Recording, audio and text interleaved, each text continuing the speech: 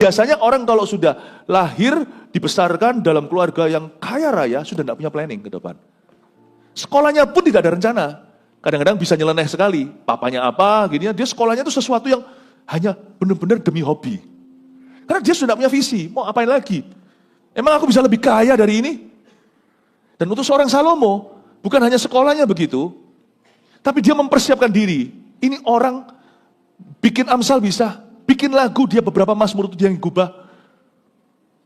Dia nulis buku bagus, literatur bahasa-bahasa, agrikulturnya, agriculture, dia menciptakan cara-cara untuk pembangunan bangunan, untuk arsitek, dia luar biasa. Apalagi yang dia nggak bisa, coba bayangkan nih Salomo nih. Dia sekolah semuanya itu sebagai pangeran, yang lainnya males-malesan. Salomo itu sekolah benar-benar. Dia persiapkan dirinya. Belum lagi Zootopianya. Ini orang mengerti dunia hewan, flora, fauna, semuanya dia tahu. Ini orang memang multi talented, tapi nggak fair untuk dia kalau kita cuma tuduh seseorang kamu berbakat, multi bakat.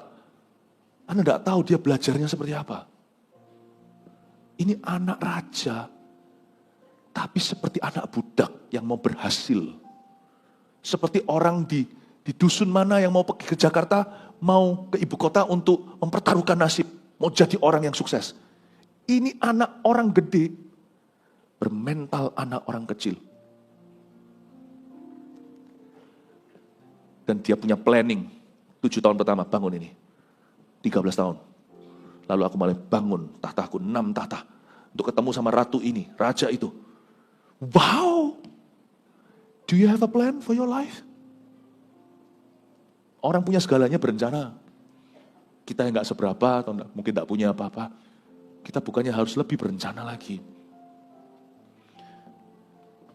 Saya mengagumi cara dia. Coba sekarang lihat ke ayat yang ke-21. Segala perkakas minuman Raja Salomo dari emas.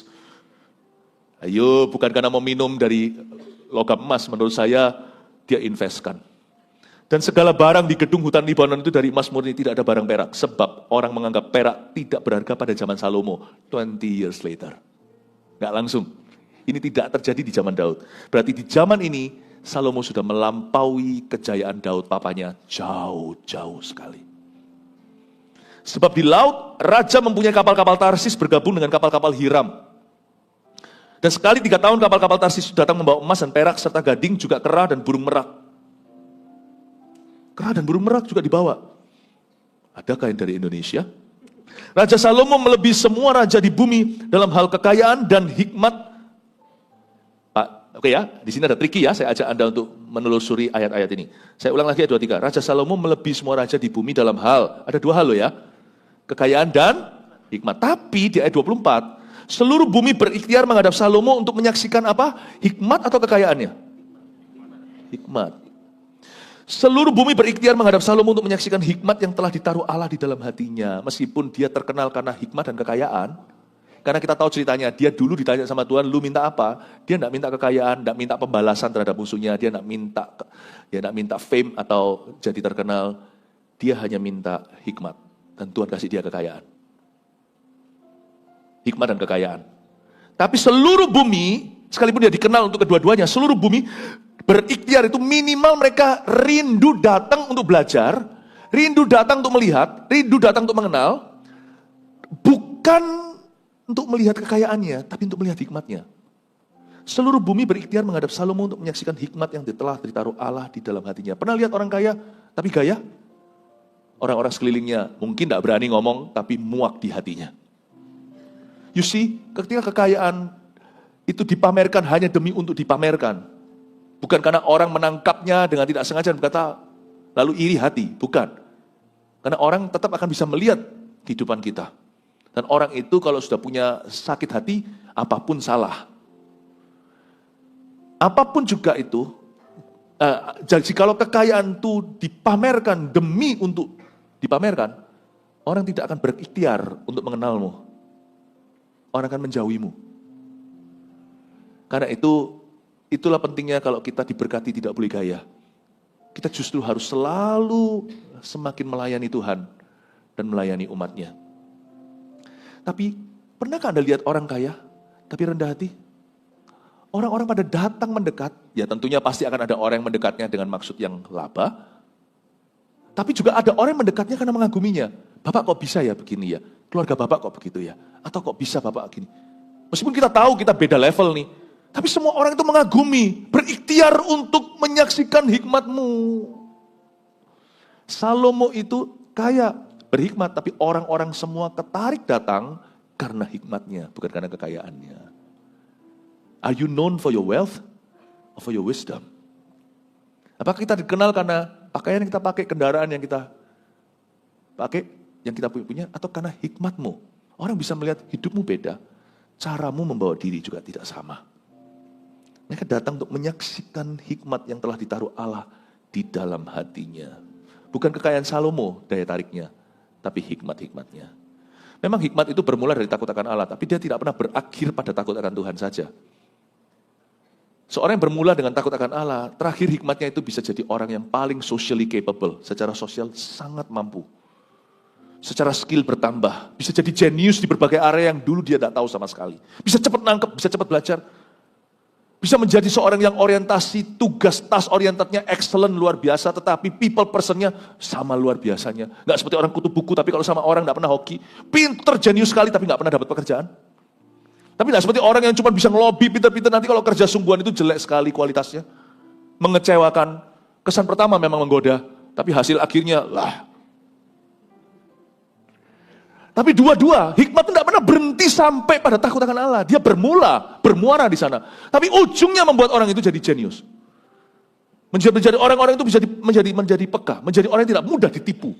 Menjadi orang yang tulus sih, seperti merpati. Tapi jangan coba-coba kau tipu dia, karena dia akan cerdik, lebih cerdik dari ular. Dia akan lebih cerdik dari penipunya. Mengelola penghasilan itu dimulai dari prinsip hati. Kita tidak memandang kecil apa yang kecil, dan tidak kita terpukau dengan sesuatu yang besar. Dimulai dengan hikmat takut akan Allah, disitulah keluar hikmat untuk mengelola. Hikmat mencukupkan diri.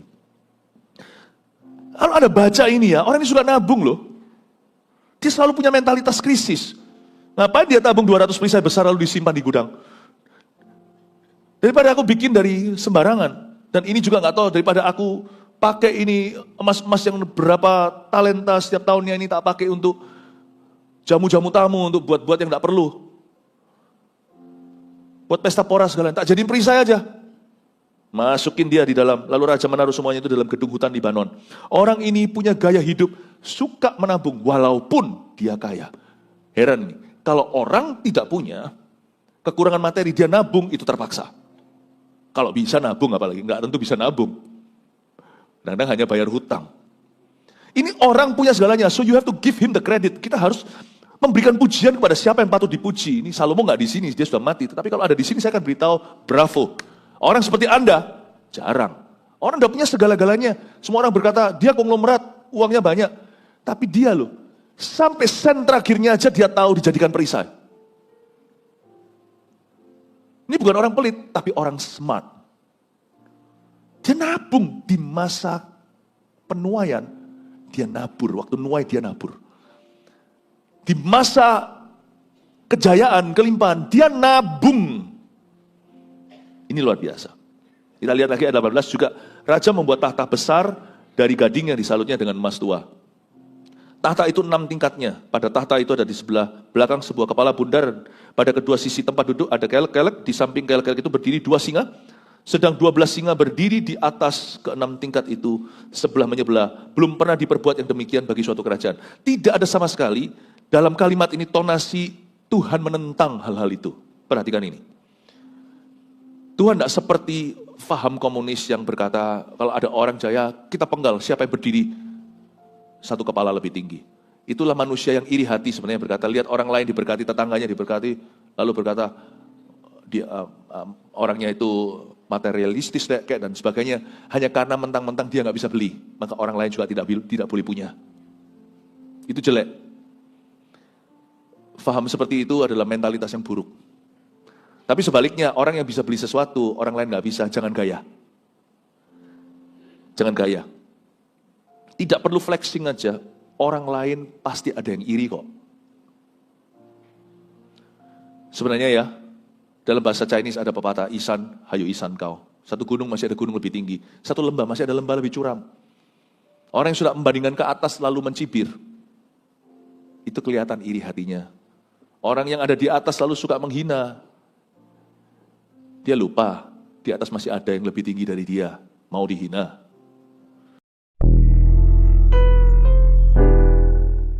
Jesus, you are my best friend. Yesus, engkaulah sahabat kami. Tuhan kami, sampaikan sabdamu, firmanmu. Celikan mata hati kami. Kasih kami teaching yang dari hatimu. Beri hambamu keberanian untuk mendeklarasikannya tanpa tading aling-aling ya Tuhan. Kami percaya Tuhan Yesus akan berbicara secara langsung pada umatnya. Sembunyikan kami di balik salibmu. Dalam nama Yesus, haleluya. Amin. Welcome home untuk semua. God bless you. Bisa kasih salam kanan kirinya sebelum Anda duduk. Terima kasih. Puji Tuhan. Silakan duduk kembali. Senang bisa home sweet home di GMS Selatan dan GMS Surabaya Selatan, dan menyapa juga semua yang streaming kalau tidak bisa hadir hari ini di luar kota ya. Dan seharian ini kita akan bicara tentang business wisdom atau hikmat berbisnis dari Alkitab. Ini bukan seminar bisnis, jadi bukan tips-tips berbisnis, tapi prinsip-prinsip kerajaan Allah atas ekonomi kita. Kita akan pelajari seharian ini. Ibadah ke-1 tadi, mengenali kunci ilahi dalam bisnis. Berita tidak diulang 2 kali, dengarkan sendiri, sudah ada, sudah di-upload. Ada banyak hal-hal yang Tuhan bukakan. Dan ibadah 3-4 nanti sesuai dengan tema komitmen orang Kristen dalam kongsian. Setelah ini kita akan bicara tentang partnership with others ya. Bagaimana kalau kita bekerja sama dengan orang lain. Tapi mari kita kupas dulu topik yang satu ini. Hikmat dalam mengelola penghasilan. Jangan minta penghasilan lebih, kelola dulu 5 roti 2 ikan. Dan jangan suka membanding-bandingkan dengan orang lain. Wah, orang itu enak ya bayarannya segitu. Atau keuntungannya begitu besar. Jangan iri hati. Ibadah tadi saya sudah jelaskan, dosa iri adalah dosa yang paling bodoh. Selain bahaya. Itu bisa membuat orang sikut-sikutan bunuh saudaranya. Tetapi dosa iri hati adalah sesuatu yang sangat common, yang sangat-sangat umum sekali. Orang itu sukanya membanding-bandingkan dirinya dengan orang lain dan dia kurang syukuri. Dia selalu merasa kurang. Yang penting hikmat dalam mengelola.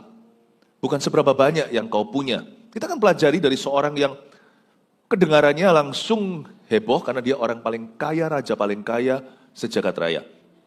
Dalam sejarah, adakah yang bisa menyamai dia? Tetapi mari saya ajak kita untuk menelusuri setapak demi setapak sampai dia di titik tertentu. Dia nggak langsung segitu meskipun dia sudah jadi anak orang kaya lama, yaitu anak seorang raja, Raja Daud. Jadi jangan pernah kita itu menilai diri sendiri dengan apa yang kita punya. Tapi nilailah pertumbuhanmu. Sebab anak orang kaya lama pun bisa jadi orang miskin baru. Anak orang tidak punya pun bisa semakin diberkati alias bisa bertambah harta kekayaannya apabila dia mengelola penghasilannya. Jangan kita bandingkan diri kita dengan level orang di atas ataupun di bawah. Bahkan jangan bandingkan dengan siapa-siapa. Belajar untuk mawas diri, belajar untuk hidup di hadapan Kristus. Apa yang kau punya, sebagian orang punya 5 roti 2 ikan saja, sebagian orang memang punya 5.000 roti. Garis start kita tidak sama. Ada orang yang dilahirkan di keluarga yang makmur, ada orang yang dilahirkan di keluarga biasa, ada orang yang dilahirkan di keluarga yang kekurangan, dililit hutang piutang. It's not how much you start with, bukan berapa banyak yang kau miliki pada mulanya. Tapi bagaimana kita mengelola situasi hidup kita sekarang dan membawanya ke depan dengan Tuhan. Dan bahkan Tuhan tidak akan menilai 1, 2, 5 talenta itu nanti mereka berakhir seberapa banyak yang mereka miliki. Tuhan tidak membandingkan yang punya 2 talenta jadi 4 dan 5 jadi 10 kota. Tuhan tidak bandingkan. Yang Tuhan keluhkan adalah yang 1 talenta itu, kenapa kau tidak berbuat sesuatu? Mentang-mentang sedikit yang dipunya ini gak berarti. Sedikit pun harus tanggung jawab sama Tuhan. Banyak juga harus tanggung jawab sama Tuhan. Yang 2 jadi 4, 5 jadi 10 itu Tuhan tidak bandingkan 2 dengan 5 dan berkata kamu lebih hebat.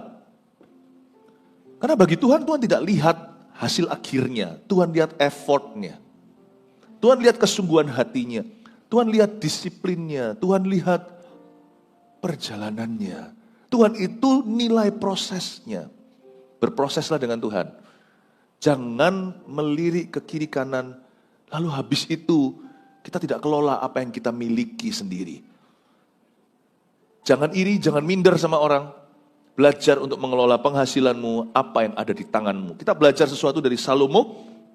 Memang dia anak orang kaya lama, tapi bahwa dia bisa mengembangkan perusahaan ayahnya, itu sendiri suatu predikat, suatu pencapaian yang luar biasa. Soalnya biasanya anak orang yang sudah punya tidak termotivasi kerja.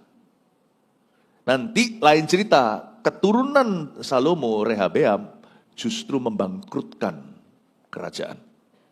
Jadi ternyata orang bisa lahir dari bibitnya, tapi bagaimana masa depannya itu keputusan dia. Jadi mari saya ajak kita untuk melihat Salomo bagaimana dia itu jaya ya. Kita harus memberikan pengakuan kepada orang-orang yang patut mendapatkannya. Salomo ini anak seorang raja, tapi dia sendiri membawa sukses papanya ke titik sukses yang baru, itu luar biasa. Ya, mari kita pelajari dari orang ini, bagaimana dia mengelola modal yang diberikan. Kita lihat penghasilan Salomo dan kekayaannya, yaitu ada di 1 Raja-Raja pasal yang ke-10 ayat 14 sampai 29. Oke, saya bacakan ya. Adapun emas yang dibawa kepada Salomo dalam 1 tahun ialah seberat 666 talenta. Belum terhitung yang didapat dari saudagar-saudagar dan dari pedagang-pedagang dan dari semua raja Arab dan bupati-bupati di negeri itu. Raja Salomo membuat 200 perisai besar dari emas tempaan, 600 shikal emas dipakainya untuk setiap perisai besar. Ia membuat juga 300 perisai kecil dari emas tempaan, 3 mina emas dipakainya untuk setiap perisai kecil. Lalu raja menaruh semuanya itu di dalam gedung hutan Libanon. Berhenti di situ dulu. Jangan terpukau dengan jumlahnya, karena jumlahnya wah. 1 talenta di sini itu artinya 34 kilo. 1 talenta emas itu 34 kilo emas, 1 talenta perak 34 kilo perak, 1 talenta jerami itu 34 kilo jerami, itu banyaknya bukan main. Ya. Jadi kalau emas yang dibawa kepada Salomo ayat 14, ini soal penghasilan Salomo dan kekayaannya.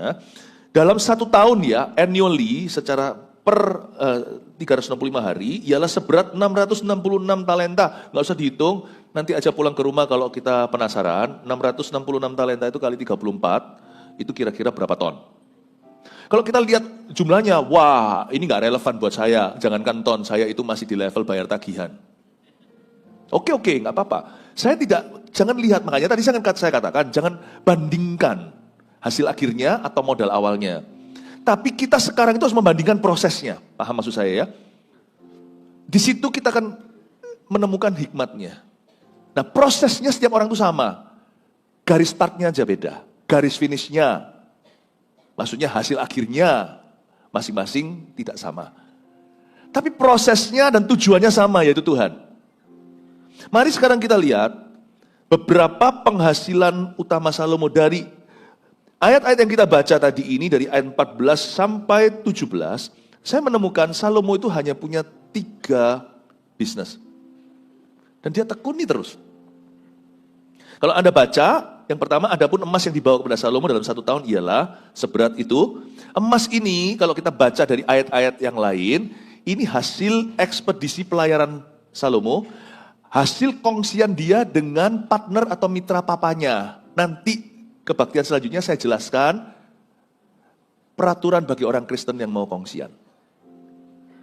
Jadi itu hasil dari pelayaran. Dan setiap tahun menghasilkan emas sekian. Yang kedua dikatakan di ayat 15, belum terhitung yang didapat dari saudagar-saudagar. Saudagar itu adalah pengusaha-pengusaha yang datang pergi hanya lewat saja. Berarti Salomo itu fokus di trading berbagai barang-barang, hasil-hasil buminya, ya. Misalnya seperti ratu yang datang dari Ethiopia, ya. Waktu itu datang membawa segala macam rempah-rempah. Salomo itu bayangan saya ya, Alkitab tidak menulis begitu ya. Waktu Ratu Negeri Sheba datang, itu membawa rempah-rempah segalanya, itu hal-hal yang bisa disimpan untuk waktu yang lama. Zaman dulu itu mereka itu pintar dengan teknologi untuk mengawetkan, tapi tanpa kimia. Jadi hebat-hebat, misalnya kalau Mesir terkenal dengan muminya. Jadi apa yang disimpan sama Salomo? Salomo itu suka nyimpen, bukan hoarder ya, bukan orang yang nyimpen kaleng-kaleng buat barang-barang yang tidak-tidak, yang menyimpan. Kadang-kadang kalau semakin tua kita itu semakin melekat sama barang, barang itu susah pergi. Jadi rumah itu jadi penuh dengan barang padahal nggak kita pakai semua. Ya, hidup itu jangan banyak barang, kalau bisa. Ya. Lalu Salomo itu simpan itu hal-hal yang berguna, karena itu semua aset, itu inventaris, itu semuanya adalah berkat yang dia kelola. Jadi dia itu, bayangan saya ya, apa yang ada mentahannya itu sama dia itu dikelola, dibikin packaging yang bagus dan sebagainya, lalu saudara-saudara dagang itu datang, lalu nanti sama dia itu terjadi pertukaran. Saya kasih barang ini, zaman dulu kan ada barter seperti itu, kamu kasih barang itu, dia nggak punya apa, dia nggak punya merak, dia nggak punya apa, dia itu punya kebun binatang tuh Salomo itu. Alkitab mengatakan waktu dia pelayaran itu, waktu kapal-kapalnya pergi itu kembali itu membawa orang hutan, membawa hewan-hewan eksotis. Jadi Salomo itu sangat-sangat berpikir jauh dan sangat brilian. Dia tahu barang itu harganya sekian, tapi kalau di tangannya dia harganya bisa berkali lipat. Tapi saya mau tunjukkan pada Anda, barangnya itu variabelnya banyak, tapi otaknya cuma satu. Dia tahu bagaimana mentradingkan dengan baik. Jadi dia punya bisnis selain ekspedisi tadi, pelayaran, dia juga punya trading. Selain itu juga dari saudara-saudara yang datang pergi, yang berbisnis dengan dia, tukar-tukaran tadi, juga ada dari pedagang-pedagang dan dari semua raja Arab dan bupati-bupati di negeri itu. Bupati-bupati adalah tempat orang-orang yang di-stationkan atau yang diposisikan. Mereka tidak datang pergi. Maka Salomo juga punya toko-toko tetap yang memberikan penghasilan. Kalau kita dengar cerita tentang Salomo ini orang terkaya di dunia, kita semua berkata, how lucky he is. Beruntungnya. Tidak loh. Orang ini juga menabung loh. Memang modalnya besar karena ayahnya raja. Raja Daud itu, di zaman Daud itu Israel jaya. Tapi belum sejaya di zaman Salomo tapi. Karena hanya di zaman Salomo lah perak tidak ada harganya. Di zaman Daud, perak masih mahal. Saya mau tunjukkan prosesnya. Memang dia mulai dengan modal besar. Tapi di tangan dia, jadi lebih jaya. Jadi jangan sampai ada orang mentang-mentang anak orang kaya. Gak tentu nanti apapun modalmu ataupun penghasilan yang sudah ada itu bisa bertambah, bisa berkurang di tanganmu, bisa bangkrut. Prosesnya Bapak Ibu bukan modalnya. Bukan hasil akhirnya, prosesnya.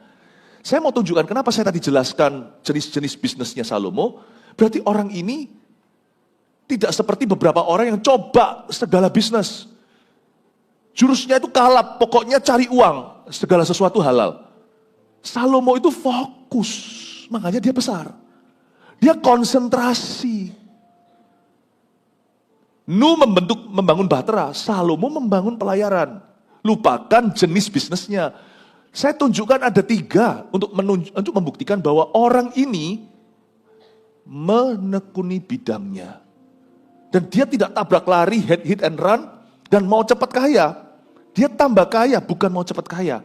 Karena dia mengelola apa yang ada. Dia cuma punya 3 line. Dan dia kembangkan mati-matian. Dan menjadi raja terkaya. Ibadah tadi saya jelaskan tentang divine placement, penempatan ilahi. Ada orang itu yang jurusnya 1000 kaki. Dia coba segala macam cara. Akhirnya gagal di mana-mana. Jangan over ambisius. Kalau Tuhan tidak, if He doesn't place you there, kalau Tuhan tidak menempatkanmu di bidang itu, jangan ikut-ikutan. Makanya tadi saya ajarkan, bahkan anak muda sudah diajari untuk pilih jalur kuliah. Itu dari SMP harus mikir. Sudah tahu saat SMA, kita ini sudah terbiasa lelet soal begituan. Tapi kalau hal-hal yang tidak perlu, kita itu selalu mau teknologi terbaru. Saya mau tunjukkan dari ayat-ayat ini bahwa Salomo pun tidak jurus sikat. Dia tahu dia paling ahli di ekspedisi tadi. Dia tahu dia paling ahli dengan bisa menukarkan barang itu, mengelolanya. Dia punya toko-toko tertentu di bupati-bupati itu. Inilah ekonominya kerajaan Israel di zaman Salomo. You see, he's a working man. Rehabeam, a party boy. Anaknya Salomo nanti lain cerita. Ya makanya Salomo ini seorang pebisnis yang luar biasa, pengusaha, tapi dia gagal didik anaknya. Ya susah lah. Kamu siapa? 1000 istrinya. Kamu siapa anak muda? Aku anakmu. Oh oke. Namamu siapa? Gak tahu dia. Nah makanya itu dia bobrok di rumah tangganya. Hari ini kita satu-satu ya, family kan minggu lalu sudah untuk streaming. Kita ngomong tentang bisnisnya aja. Ya.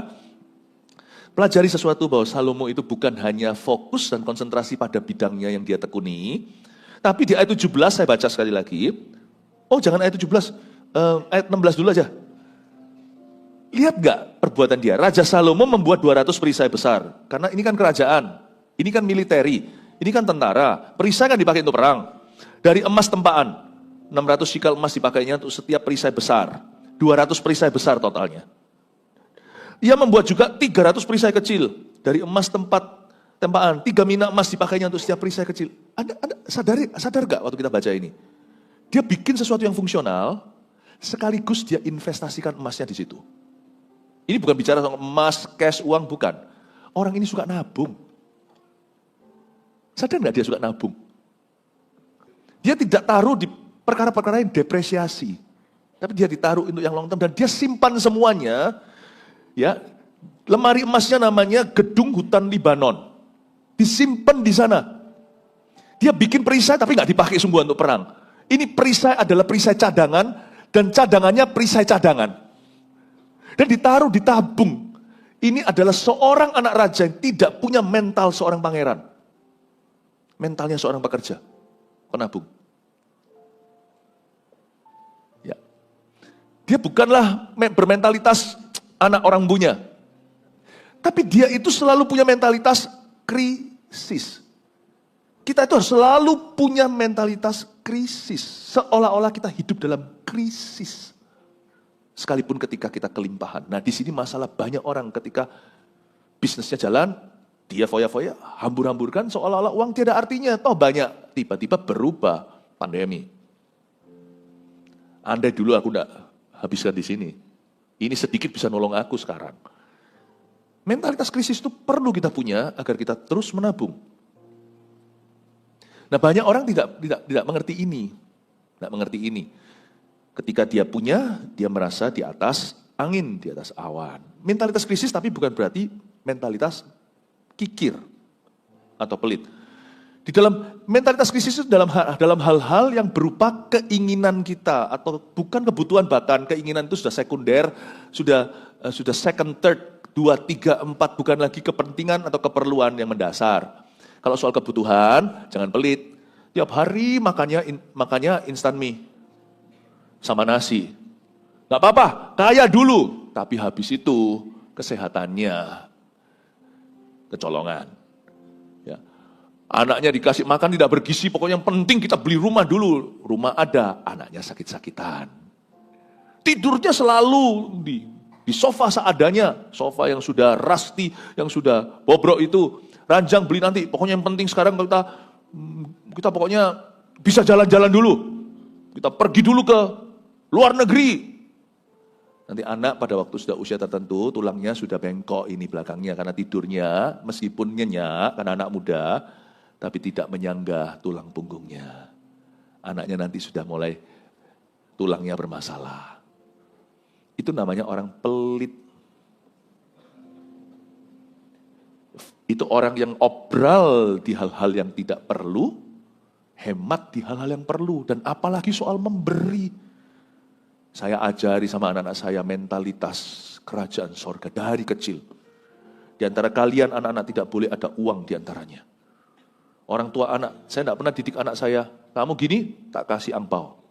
Gini nanti saya belikan apa, gadget dan sebagainya, tidak pernah. Tidak boleh uang itu menjadi edukasi. Uang itu adalah responsibility. Dia bukan upah. Antara kalian juga, saya ajarkan, ya, kita semuanya, mentalitas ini. Kita akan selalu menjadi seorang pemberi. Saya selalu cetuskan di keluarga saya ya, Anda mau tiru silakan karena marga kita beda. Saya bilang dari kecil anak-anak kita saya beritahu, di mana ada Mantova? Di situ ada 5.000 orang makan. Kamu jangan menjadi Mantova yang ngemis-ngemis. Sebab orang benar, anak cucunya tidak minta-minta. Papa mama tidak kaya, tapi papa mama tahu mengelola. Mengerti bagaimana mencukupkan diri. Tidak terpancing untuk membeli atau mengingini barang-barang yang di luar ligaku dan kemampuanku. Sehingga nanti hatinya cepat, kalau sudah tertangkap basah, akan mudah berhutang. Saya belajar untuk tidak mengingini sesuatu yang memang bukan pada kemampuanmu.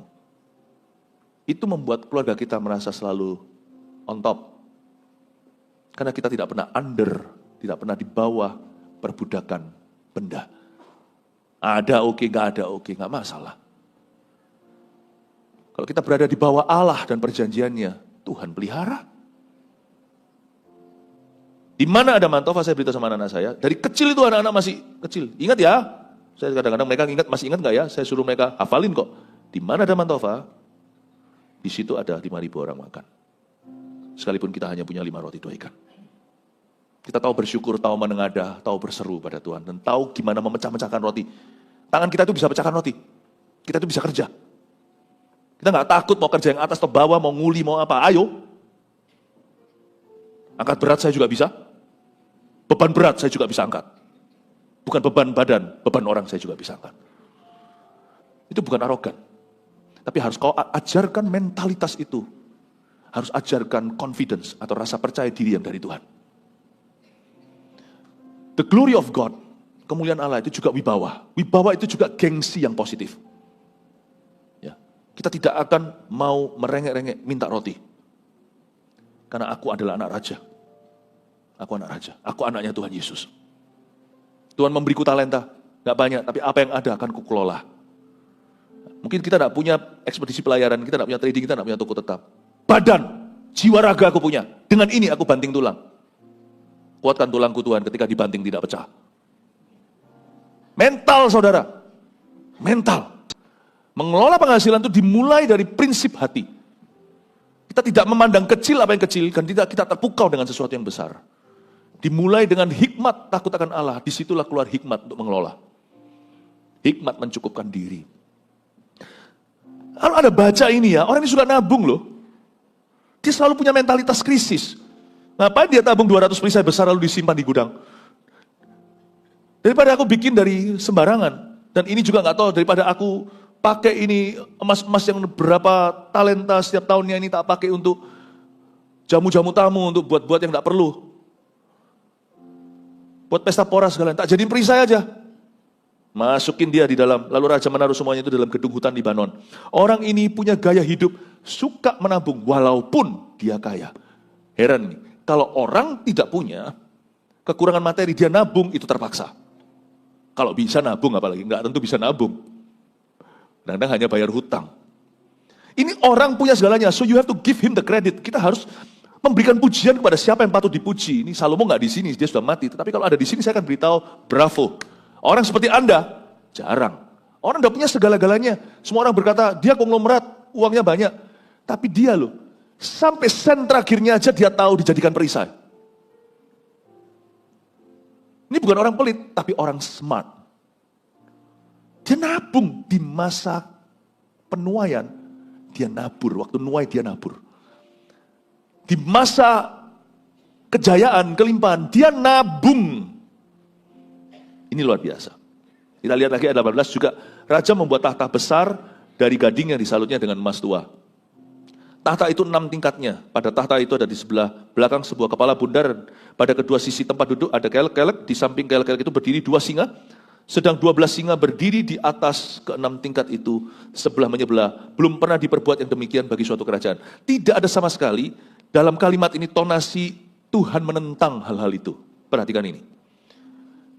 Tuhan tidak seperti faham komunis yang berkata kalau ada orang jaya kita penggal siapa yang berdiri satu kepala lebih tinggi. Itulah manusia yang iri hati sebenarnya berkata, lihat orang lain diberkati, tetangganya diberkati, lalu berkata, orangnya itu materialistis kayak dan sebagainya, hanya karena mentang-mentang dia nggak bisa beli, maka orang lain juga tidak boleh punya. Itu jelek. Faham seperti itu adalah mentalitas yang buruk. Tapi sebaliknya, orang yang bisa beli sesuatu, orang lain nggak bisa, jangan gaya. Jangan gaya. Tidak perlu flexing aja, orang lain pasti ada yang iri kok. Sebenarnya ya, dalam bahasa Chinese ada pepatah, Isan, hayu Isan kau. Satu gunung masih ada gunung lebih tinggi, satu lembah masih ada lembah lebih curam. Orang yang sudah membandingkan ke atas lalu mencibir, itu kelihatan iri hatinya. Orang yang ada di atas lalu suka menghina, dia lupa, di atas masih ada yang lebih tinggi dari dia, mau dihina. Berhenti untuk membandingkan, berhenti untuk mengomentari. Maka pohon itu biarkan berbuah pada pohonnya, buah biar matang pada pohonnya. Matangkan dulu buahmu, kerjakan ladangmu, baru pulang ke rumah nikmati apa yang Tuhan izinkan. Dan Salomo tentunya beda level sama kita. Dia menikmati renovasi office-nya. Ini adalah office-nya. Dan dia pakai office itu 6 tingkat pada tahta itu, tahtanya 6 tingkat sendiri, 6 floor, 6 tingkat. Ini adalah office-nya dia world class. Ini bukan kantor kita di ruko mana misalnya, ini kantor dia itu sendiri tahtanya 6 tingkat. Dari gading, disalut emas, ini itu segalanya. Luar biasa dan tidak ada sama sekali. Penulis firman ini, ya, penulis firman-firman ini adalah manusia tapi yang diilhami oleh Allah. Roh Kudus tidak ada tonasi mencibir Salomo. Bahkan seolah-olah ada pujian belum pernah diperbuat yang demikian bagi suatu kerajaan, ayat 20. Karena memang Tuhan memberkati dia. Tapi kalau kita baca ini, kita rasa kayak, wih orang ini hebat. Coba saya ajak, coba saya bedah. Dia tidak membangun 6 tingkat tahta ini, holding company-nya. Perusahaan-perusahaan itu punya satu head office atau punya satu kantor, pusat perkantoran. Itu 6 tingkat hanya untuk tahta. Dan disalut dengan emas.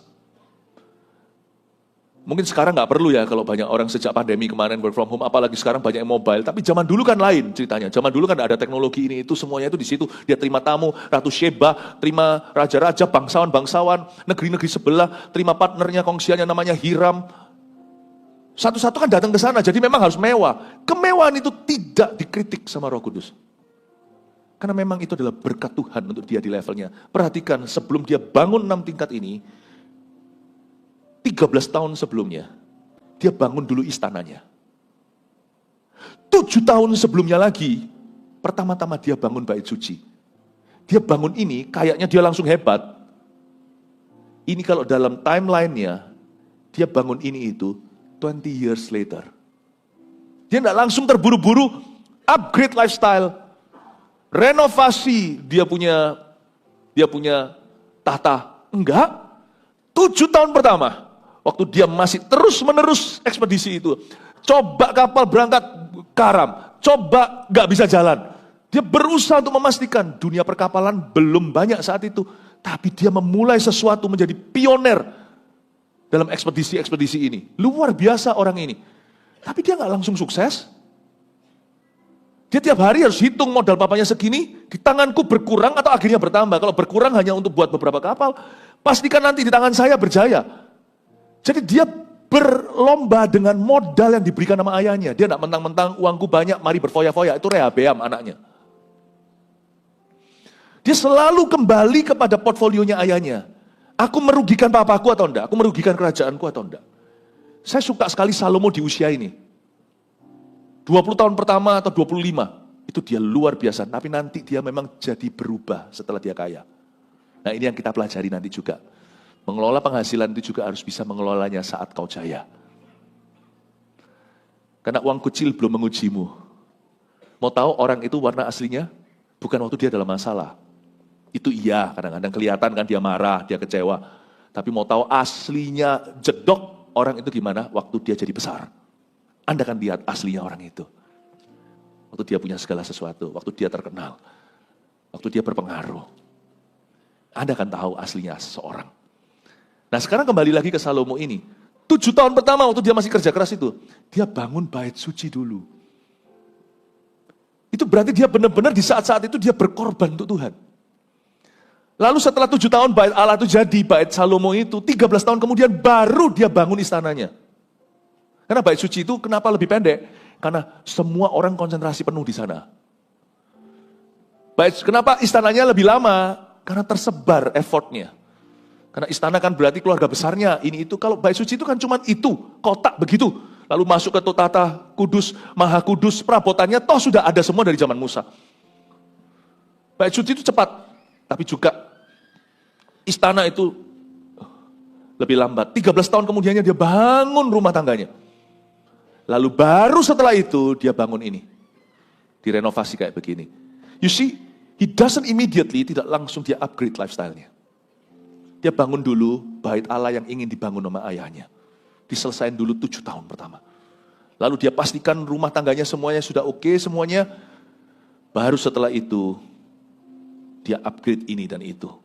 Kalau Anda baca ya, saya bisa menemukan dari baca seperti ini. Orang ini punya planning. Dan ini lebih susah loh. Bagi orang dengan strata seperti dia, anak raja, untuk dia punya planning. Biasanya orang kalau sudah lahir, dibesarkan dalam keluarga yang kaya raya, sudah tidak punya planning ke depan. Sekolahnya pun tidak ada rencana. Kadang-kadang bisa nyeleneh sekali. Papanya apa, gini, dia sekolahnya itu sesuatu yang hanya benar-benar demi hobi. Karena dia sudah punya visi, mau apain lagi? Emang aku bisa lebih kaya dari ini? Dan untuk seorang Salomo, bukan hanya sekolahnya begitu, tapi dia mempersiapkan diri. Ini orang bikin Amsal bisa, bikin lagu, dia beberapa mazmur itu dia yang gubah. Dia nulis buku bagus, literatur bahasa-bahasa, agrikulturnya, agriculture, dia menciptakan cara-cara untuk bangunan-bangunan, untuk arsitek, dia luar biasa. Apalagi yang dia nggak bisa, coba bayangkan nih Salomo nih. Dia sekolah semuanya itu sebagai pangeran, yang lainnya malas-malesan. Salomo itu sekolah benar-benar. Dia persiapkan dirinya. Belum lagi Zootopianya. Ini orang mengerti dunia hewan, flora, fauna, semuanya dia tahu. Ini orang memang multi talented, tapi nggak fair untuk dia kalau kita cuma tuduh seseorang kamu berbakat, multi bakat. Anda nggak tahu dia belajarnya seperti apa. Ini anak raja, tapi seperti anak budak yang mau berhasil. Seperti orang di dusun mana yang mau pergi ke Jakarta, mau ke ibu kota untuk mempertaruhkan nasib, mau jadi orang yang sukses. Ini anak orang gede, bermental anak orang kecil. Dan dia punya planning, 7 tahun pertama bangun ini, 13 tahun. Lalu aku mulai bangun tahtaku, 6 tahta. Untuk ketemu sama ratu ini, raja itu. Wow! Do you have a plan for your life? Orang punya segalanya berencana. Kita yang gak seberapa, atau mungkin gak punya apa-apa. Kita bukannya harus lebih berencana lagi. Saya mengagumi cara dia. Coba sekarang lihat ke ayat yang ke-21. Segala perkakas minuman Raja Salomo dari emas. Ayo, bukan karena mau minum dari logam emas. Menurut saya, dia investkan. Dan segala barang di gedung hutan Libanon itu dari emas murni, tidak ada barang perak. Sebab orang menganggap perak tidak berharga pada zaman Salomo. 20 years later. Nggak langsung. Ini tidak terjadi di zaman Daud. Berarti di zaman ini, Salomo sudah melampaui kejayaan Daud papanya jauh-jauh sekali. Sebab di laut, raja mempunyai kapal-kapal Tarsis bergabung dengan kapal-kapal Hiram. Dan sekali 3 tahun kapal-kapal Tarsis datang membawa emas dan perak serta gading, juga kera dan burung merak. Kera dan burung merak juga dibawa. Adakah yang dari Indonesia? Raja Salomo melebihi semua raja di bumi dalam hal kekayaan dan hikmat. Oke ya, di sini ada triki ya, saya ajak Anda untuk menelusuri ayat-ayat ini. Saya ulang lagi ayat 23. Raja Salomo melebihi semua raja di bumi dalam hal, ada 2 hal loh ya. Kekayaan dan hikmat. Tapi di ayat 24, seluruh bumi berikhtiar menghadap Salomo untuk menyaksikan apa? Hikmat atau kekayaannya? Hikmat. Seluruh bumi berikhtiar menghadap Salomo untuk menyaksikan hikmat yang telah ditaruh Allah di dalam hatinya. Meskipun dia terkenal karena hikmat dan kekayaan. Karena kita tahu ceritanya, dia dulu ditanya sama Tuhan, lu minta apa? Dia tidak minta kekayaan, tidak minta pembalasan terhadap musuhnya. Dia tidak minta fame atau jadi terkenal. Dia hanya minta hikmat dan Tuhan kasih dia kekayaan. Hikmat dan kekayaan. Tapi seluruh bumi, sekalipun dia dikenal untuk kedua-duanya, seluruh bumi berikhtiar itu minimal mereka rindu datang untuk belajar, rindu datang untuk melihat, rindu datang untuk mengenal, bukan untuk melihat kekayaannya, tapi untuk melihat hikmatnya. Seluruh bumi berikhtiar menghadap Salomo untuk menyaksikan hikmat yang telah ditaruh Allah di dalam hatinya. Pernah lihat orang kaya tapi gaya? Orang-orang sekelilingnya mungkin tidak berani ngomong tapi muak di hatinya. You see, ketika kekayaan itu dipamerkan hanya demi untuk dipamerkan. Bukan karena orang menangkapnya dengan tidak sengaja dan berkata, lalu iri hati. Bukan. Karena orang tetap akan bisa melihat kehidupan kita. Dan orang itu kalau sudah punya sakit hati, apapun salah. Apapun juga itu, jadi kalau kekayaan itu dipamerkan demi untuk dipamerkan, orang tidak akan berikhtiar untuk mengenalmu. Orang akan menjauhimu. Karena itulah pentingnya kalau kita diberkati tidak boleh gaya. Kita justru harus selalu semakin melayani Tuhan dan melayani umatnya. Tapi pernahkah Anda lihat orang kaya tapi rendah hati? Orang-orang pada datang mendekat, ya tentunya pasti akan ada orang yang mendekatnya dengan maksud yang laba. Tapi juga ada orang yang mendekatnya karena mengaguminya. Bapak kok bisa ya begini ya? Keluarga Bapak kok begitu ya? Atau kok bisa Bapak gini? Meskipun kita tahu kita beda level nih. Tapi semua orang itu mengagumi. Berikhtiar untuk menyaksikan hikmatmu. Salomo itu kaya, berhikmat. Tapi orang-orang semua ketarik datang karena hikmatnya. Bukan karena kekayaannya. Are you known for your wealth? Or for your wisdom? Apakah kita dikenal karena pakaian yang kita pakai, kendaraan yang kita pakai, yang kita punya, atau karena hikmatmu? Orang bisa melihat hidupmu beda, caramu membawa diri juga tidak sama. Mereka datang untuk menyaksikan hikmat yang telah ditaruh Allah di dalam hatinya. Bukan kekayaan Salomo daya tariknya, tapi hikmat-hikmatnya. Memang hikmat itu bermula dari takut akan Allah, tapi dia tidak pernah berakhir pada takut akan Tuhan saja. Seorang yang bermula dengan takut akan Allah, terakhir hikmatnya itu bisa jadi orang yang paling socially capable, secara sosial sangat mampu. Secara skill bertambah, bisa jadi jenius di berbagai area yang dulu dia tidak tahu sama sekali. Bisa cepat nangkep, bisa cepat belajar. Bisa menjadi seorang yang orientasi, tugas, task orientednya excellent, luar biasa, tetapi people personnya sama luar biasanya. Nggak seperti orang kutu buku, tapi kalau sama orang nggak pernah hoki. Pinter, jenius sekali, tapi nggak pernah dapat pekerjaan. Tapi nggak seperti orang yang cuma bisa ngelobi, pinter-pinter, nanti kalau kerja sungguhan itu jelek sekali kualitasnya. Mengecewakan. Kesan pertama memang menggoda, tapi hasil akhirnya lah. Tapi dua-dua, hikmat itu tidak pernah berhenti sampai pada takut akan Allah. Dia bermuara di sana. Tapi ujungnya membuat orang itu jadi jenius. Menjadi orang-orang itu bisa menjadi peka, menjadi orang yang tidak mudah ditipu. Menjadi orang yang tulus sih, seperti merpati. Tapi jangan coba-coba kau tipu dia, karena dia akan cerdik, lebih cerdik dari ular. Dia akan lebih cerdik dari penipunya. Hikmat itu menjanjikan ke sana. Makanya ketika Salomo minta hikmat, dia belum tahu apa yang dia minta. Allah memberikan semuanya. Dan kalau dia tidak punya hikmat, dikasih kekayaan, ambles di meja judi dalam sehari. Atau salah kelola, investasi sana sini, ngawur semuanya, hanya tergiur dengan keuntungan, tidak bisa lihat proses hulu ke hilirnya, langsung masuk sini, ternyata semuanya adalah abal-abal. Segala sesuatu yang dia tabung, investasikan hanya untuk profit taking, dapat gimana caranya, karena hatinya sudah terjerat dengan dosa, ingin cepat kaya. Jadi apa-apa masuk dalam pencobaan yang tidak perlu, lalu dia masukkan ke sana situ, gagal sini sana. Lihat, dia seolah-olah punya 20 bisnis baru, semuanya merugi. Sini berapa miliar, sini berapa miliar, akhirnya jatuhlah. Apa yang dia miliki banyak itu, warisan orang tua, ujung-ujungnya hanya baju di badannya. Orang tidak punya hikmat, dapat kekayaan juga percuma, ujungnya pasti sirna. Karena segala sesuatu yang ada di dunia ini tidak kekal sifatnya. Ngengat akan memakannya, pencuri akan mencoba mencurinya. Tapi Salomo tahu, apapun yang aku tabung dan investasikan, semua itu bukan untuk profit taking, semuanya itu untuk long term. Coba lihat di dalam perisai, di dalam cup, gelasnya, segala yang ditaruh sesuatu yang stay. Sesuatu yang akan tinggal untuk waktu yang lama. Dia tidak mikirkan gimana saya bisa cabut dengan profit yang banyak. Oh enggak, dia tidak punya pikiran untuk merompak rumah. Tapi bagaimana aku bisa taruh ini, aku pertanggungjawabkan, tetap ada fungsinya. Dan ketika aku perlukan, nilainya sudah tidak seperti sebelumnya. Pinter orang ini, pinter nabung. Ya, Cuman akhirnya dia terkilir di mana, saya tunjukkan. Mereka datang masing-masing membawa persembahannya, ayat 25. Orang-orang yang datang berikhtiar untuk menyaksikan hikmatnya, yakni barang-barang perak, barang-barang emas, pakaian senjata, rempah-rempah kuda, dan bagal, dan begitulah tahun demi tahun. Tidak langsung dia jadi seperti itu, tahun demi tahun terjadi akumulasi atau penambahan-penambahan, karena Tuhan berkenan. Tapi sayangnya ayat 26, Salomo mengumpulkan juga kereta dan orang berkuda. Sehingga ia mempunyai 1.400 kereta dan 12.000 orang berkuda. Hah? Dia punya 1.400 kereta, buat apa? 12.000 orang berkuda. Kudanya ada berapa kalau gitu? Dan semuanya ditempatkan dalam kota-kota kereta dan dekat raja di Yerusalem. Bahkan ada kota kereta, khusus kota kuda. Raja membuat banyaknya perak di Yerusalem sama seperti batu, it's okay itu. Dan banyaknya pohon kayu aras sama seperti pohon aren tumbuh di daerah bukit, oke.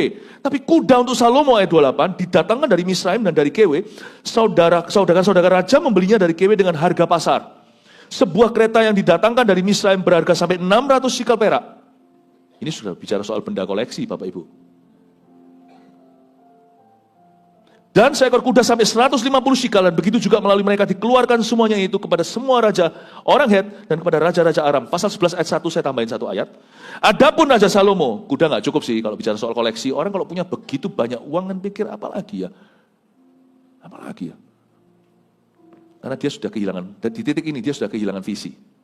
Visi kerajaan Allah, bukan kerajaannya dia. Dia sudah hilang itu. Nah ini bahaya. Orang kalau pegang uang, bahaya. Biasanya orang tidak punya uang, yang punya kerajaan sorga. Dia kejar yang punya kerajaan Allah, kerajaan sorga, yaitu Tuhan. Tapi ketika dia punya, dia tidak lagi empunya kerajaan sorga. Wong saya sudah punya kerajaanku, ngapain empunya kerajaan sana? Aku tidak cari lagi yang punya sorga. Aku sekarang sudah hidup di sorga. Nah itu bahaya. Waktu dia di sorga, nafsu mulai keluar, karena ini sorga yang bukan Tuhan Yesus pemerintahnya. Tapi Salomo pemerintahnya. Dia mikir, istri kok cuma satu ya, sayang. Adapun Raja Salomo mencintai banyak perempuan asing. Di samping anak Firaun, ia mencintai perempuan-perempuan Moab, Amon, Edom, Sidon, dan Het. Saya tunjukkan dulu apa kata Tuhan dengan cepat saja. Dimunculkan di Ulangan pasal yang ke berapa ya? Ulangan pasal 17 ayat 14 sampai 20 dengan cepat ya. Ini jauh hari ya. Salomo belum hidup, Daud belum hidup. Jadi Tuhan itu sudah tahu nanti kira-kira kelakuan raja-raja seperti apa, dan Tuhan nanti tahu sejarah manusia sebelum tiba. Jadi Tuhan sudah memberitahu pada Musa di Gunung Sinai, sudah diberitahukan hukum tentang raja. Luar biasa Tuhan itu. Jadi itu Tuhan sudah tahu sebelum Anda mengalami masalah, Tuhan sudah tahu. Kenapa Tuhan tidak cegah, saya tidak tahu. Tapi kalau Tuhan izinkan sesuatu, itu pasti untuk membentukmu jadi indah. Katakan amin. Dan Tuhan juga sudah tahu sebelum Anda jaya. Sebelum seseorang kaya, sebelum dia terkenal, sebelum dia itu hebat, sebelum dia itu berpengaruh, Tuhan sudah tahu. Dan Tuhan kasih rule of thumb atau kasih peraturannya begini. Ayat 14, Ulangan 17 ayat 14, hukum tentang raja sampai 20, saya bacakan saja. Ya, Anda dengarkan. Apabila engkau telah masuk ke negeri yang diberikan kepadamu oleh Tuhan Allahmu dan telah mendudukinya dan diam di sana, kemudian kau berkata, aku mau mengangkat raja atasku seperti segala bangsa yang di sekelilingku, maka hanyalah raja yang dipilih Tuhan Allahmu yang harus kau angkat atasmu. Oke, so far so good. Dari tengah-tengah saudara-saudaramu, haruslah engkau mengangkat seorang raja atasmu, seorang asing yang bukan saudaramu tidak boleh kau angkat atasmu. Oke. Hanya, perhatikan, janganlah ia memelihara banyak kuda. Wah, ini persis sekali. Tahun ini tahun kuda. Ma dao cengkong. Ya, long ma jingsen. Nggak ngerti ya. Yang tahunnya akan kita hanya kongsi fajai. Pikiran orang fajai terus itu loh. Cuma untuk kaya. I don't think that's the goal, you see. Itu bukan goal kita untuk bisnis. Bukan goal utama. Meskipun itu harus ada hitungannya. Ngapain bisnis kalau Anda tidak untung? Kerja kalau Anda tidak mendapatkan income bagaimana? Tapi itu bukan tujuan akhirnya. Bahkan itu juga bukan tujuan kita waktu kita memberi ke ladang Tuhan. Tidak pernah pakai iming-iming nanti kembali berapa kali lipat. Kasih ke Tuhan kok motivasi. Kasih ke Tuhan itu harus kasih. Tuhan mengerti bagaimana memberkati. Tuhan tidak pernah berutang budi. Hanya janganlah ia memelihara banyak kuda dan janganlah ia mengembalikan bangsa ini ke Mesir. Oh ngerti sekarang untuk mendapat banyak kuda. Sebab Tuhan telah berfirman kepadamu, jangan sekali-kali kamu kembali melalui jalan ini lagi. Nggak boleh banyak kuda. Karena kuda itu membuat raja jadi kepercayaannya ke kuda itu waktu perang. Karena banyak kuda itu banyak tank. Itulah roda-roda kereta kuda. Ya, juga janganlah ia mempunyai apa? Banyak istri supaya hatinya jangan menyimpang. Emas dan perak pun janganlah ia kumpulkan terlalu banyak. Jangan banyak-banyak. Apabila ia duduk di atas tahta kerajaan, tata kerah. Ya, soalnya Alkitabnya kan kerah terus habis itu jalan. Kalau dia duduk di atas kera, di atas tahta kera, jangan, maka haruslah ia menulis baginya salinan hukum ini menurut kitab yang ada pada imam-imam orang Lewi. Itulah yang harus ada di sampingnya dan haruslah ia membacanya seumur hidupnya untuk belajar takut akan Tuhan. Itu raja itu. Itu konglomerat lah istilahnya, atau raja kayu, raja besi, raja whatever. Raja FNB dan sebagainya. Takut akan Tuhan Allahnya dengan berpegang pada segala isi hukum dan ketetapan ini untuk dilakukannya. Supaya jangan ia tinggi hati. Itu tujuannya terhadap saudara-saudaranya. Supaya jangan ia menyimpang dari perintah itu ke kanan atau ke kiri. Agar lama ia memerintah sampai ke anak cucunya ia dan anak-anaknya di tengah-tengah orang Israel. Gini ya, ketika hartamu bertambah jangan hatimu melekat padanya. Lalu pikir apalagi yang aku bisa beli. Orang-orang Kristen mau koleksi apapun, asal mampu, kalau memang itu halal, itu hakmu. Tuhan juga memberikan kepada kita apa yang merupakan, apa yang Tuhan taruh dalam kemerdekaan kita untuk kita nikmati. Ada ayatnya juga, He's given us everything, every blessing for us to enjoy. Jangan merasa bersalah kalau Anda harus enjoy berkat yang Anda terima dari Tuhan akibat jerih payahmu, ketekunanmu, keuletanmu yang baik, akibat kepandaian yang Tuhan berikan, akibat kepandaianmu mengelola. Tetapi apapun juga, jangan sampai jadi kecanduan. Ini misalnya koleksi sesuatu, kuda nih. Banyak yang sampai dibilang jangan banyak kuda, dia malah bikin kota kuda. Karena itunya nggak salah, barang itu kudanya nggak salah. Tapi itu membuat hati kita jadi menyimpang. Dan itu bisa menarik kita. Sehingga lain kali, ketika sampai satu titik itu jadi kota kuda, kita rasa, kok nggak puas ya? Apalagi ya? Karena dia merasa sekarang dia memiliki semua ini. Dan dia bisa apapun, bisa beli apapun bahkan siapapun. Dan di satu titik semua orang berkata itu financial freedom. Ternyata kalau Anda tidak siap itu akan menjadi your financial curse. Your financial freedom, kemerdekaan finansial yang didambakan oleh banyak orang yang bekerja. Itu kalau nggak siap itu juga akan menjadi kutukan hidupmu dan keturunanmu. Karena freedom itu responsibility. Karena kemerdekaan adalah tanggung jawab. Dia tidak ada visi lagi. Mau bangun apa? Tidak ada. Lalu habis itu yang dia lakukan adalah beli. Satu titik kereta kuda sudah nggak bisa memuaskan, dia berkata, perbanyak istri ah. Biasanya orang di Jaya itulah banyak terjadi ketidaksetiaan. Bapak, Ibu, Saudara, saya ingatkan, sampai kapanpun miliki visi kerajaan Allah. Aku tidak diberkati untuk aku saja. Saya tidak berkata aku tidak diberkati untuk aku loh ya. Karena Tuhan memberkati seorang memang karena Tuhan ingin memberkati dia. Tapi jangan jadikan berkat itu pikun akan Allah. Gara-gara berkat kau lupakan Tuhan. Jangan lupa tujuan. Goal daripada berkat itu akhirnya adalah menjadikanmu, hai anak-anak Abraham, berkat Allah di dunia. Selalu harus punya visi ke depan. Membangun kerajaan Allah.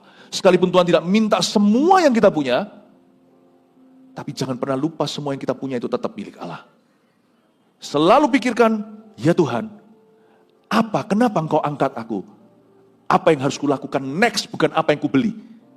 Apa yang harus kulakukan untukmu demi namamu, next Tuhan, apa? Itu tidak boleh kita tinggalkan. Mengelola penghasilan, hari ini saya kasihkan kisi-kisi sederhana. Saya kasih 4 poin untuk Anda bawa pulang sebagai summary atau sebagai rangkuman. Hikmat dalam mengelola penghasilan nomor 1, jangan berambisi untuk lekas kaya. Oke? Itu dulu ya. 2, fokus pada bisnis yang ditekuni. Aku enggak punya tadi yang dikatakan sama Pastor Philip Salom itu, saya juga enggak punya, kita enggak ada yang punya. Kayak gitu. Tapi apa sih bidangmu? Bidang saya adalah ministry. Dan saya harus tekun di dalamnya, melayani setulus-tulus hati. Tuhan yang memelihara kita semua masing-masing sesuai dengan bidang kita. Tapi kita harus jaga lifestyle kita itu selalu berkenan di hadapan Tuhan dan selalu bisa dipertanggungjawabkan di depan orang. Tidak bisa menyenangkan semua orang, so don't worry about it. Jangan taruh Anda khawatir untuk menyenangkan semua orang. Tapi pastikan bahwa Anda dan saya hari ini hidup di dalam nurani yang bersih, dalam kebenaran. Jangan berambisi untuk lekas kaya, tapi fokuslah pada bisnis atau pada bidang yang kau tekuni. Fokus di situ dan berbuah lebat di sana. 3, komitmen untuk terus menabung. Ingat tadi mentalitas, selalu punya mentalitas seolah-olah di dalam krisis, selalu di dalam krisis, selalu nabung. Itu lama-lama jadi kebiasaan. Ada orang tertentu tuh kalau lihat suatu modal apa itu rasanya, aku kalau ada ini, aku mau beli ini, aku mau beli itu. Pikirannya itu langsung obsesinya ke sana. Tapi ada orang tertentu, build atau cara yang Tuhan, inilah, kawat-kawatnya, urat-uratnya itu beda. Waktu lihat misalnya ada 10 kacang gitu ya, nggak dimakan semua. Dia tahu beberapa itu disimpan, siapa tahu nanti malam aku lapar. Selalu sudah ada satu kebiasaan untuk selalu menyimpan, tidak mau dihabiskan. Akan ada orang yang begitu, akan ada orang yang langsung maunya segera. Kalau kita pakai ini, pakai itu, selama aku ingin beli itu, aku ingin upgrade ini, upgrade itu. Tapi ada orang yang tertentu yang berkata, aku harus, ini akan aku pakai nanti. Selalu punya komitmen untuk menabung, bahkan ketika kau jaya. Karena ingatlah Bapak Ibu, di dunia ini tidak ada yang menentu. Bukan berarti rasa aman kita pada tabungan kita, bukan. Tapi Tuhan sendiri mengajarkan, jadilah seperti semut yang menabung di musim panas sebelum musim dingin tiba. Jangan merasa aman pada apa yang Anda miliki. Belajar mengerti kalau Tuhan memberimu suatu sumber daya, itu tidak semua untuk dihabiskan. Tuhan pasti memberikan berlimpah untuk kau simpan sebagian.